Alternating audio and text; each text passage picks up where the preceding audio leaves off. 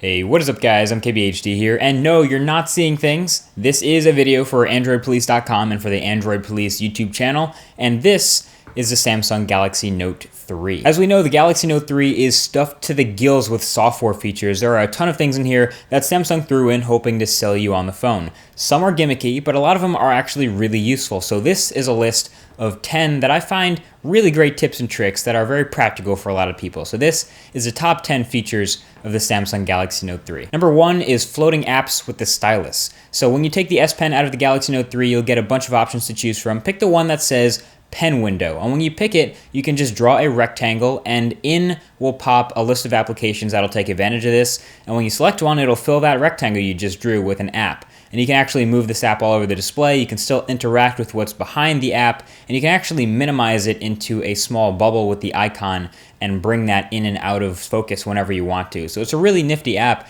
and if you just want to multitask with a single app when you need it sometimes and you don't need it other times, this is a pretty useful feature. Number 2 is S Pen screenshots. So this is another tip with the stylus. You can hold down the button that's on the stylus and draw an outline of what you want to take a screenshot of. Now this was present in the last Galaxy Note, but what's neat in the new one is you actually get the ability to straighten it up and not share a squiggly line screenshot. You can make it a perfect rectangle, and you have some very fine controls over what exactly you take a screenshot of and share. Number 3 is pull down notifications from any full screen app. Surprisingly, this was not a feature of stock Android. This is actually a TouchWiz feature, and in the Galaxy Note 3, if you happen to be gaming or you're in an app that takes up the full screen, you can just swipe down once from the top bezel to check your notifications, so you don't have to pause and totally exit the app or interrupt what you're doing to check up on the timer to see if you have any texts. Number 4 is the menu button to S Finder shortcut. So anywhere in the Galaxy Note 3, wherever you are, you can hold down the menu button to open up the S Finder app. And S Finder is actually not that bad. It's a little bit more robust than the Google search app.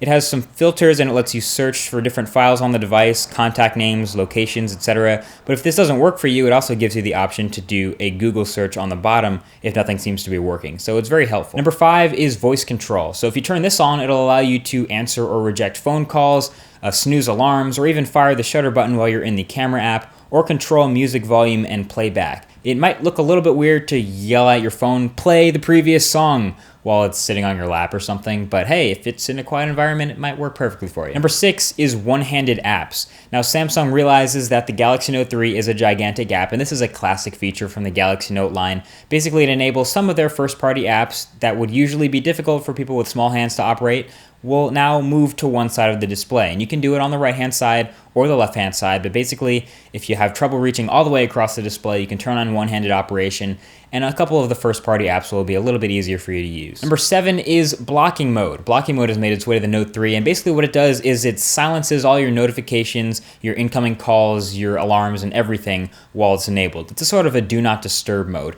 And what's neat in blocking mode is you can actually set it to enable over and over again at a certain time of day. So if you know every day between midnight and 6 a.m. you don't want to get any calls because you're sleeping, for example, then you can turn it on to repeatedly turn on blocking mode every day during those hours.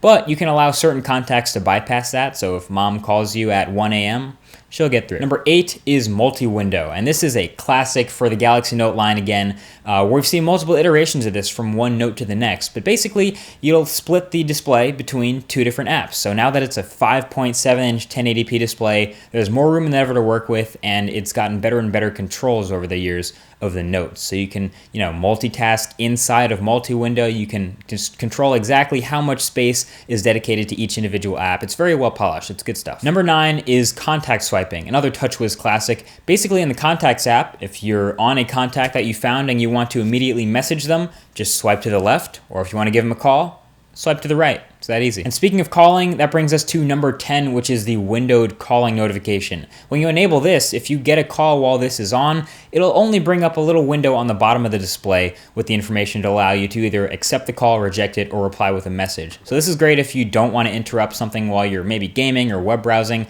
I would leave it on all the time personally so that I don't have to worry about being interrupted during something important by a call. So there you go. Those are 10 of what can be considered very, very useful features on the Galaxy Note 3. And of course, there are many, many more. If you want to check out the full review of the Galaxy Note 3, there should be a link somewhere in this post. And I also did a video review myself of the Galaxy Note 3, so you can check that out as well on the MKBHD YouTube channel. But that's basically it. Thank you for watching, and I'll talk to you guys later.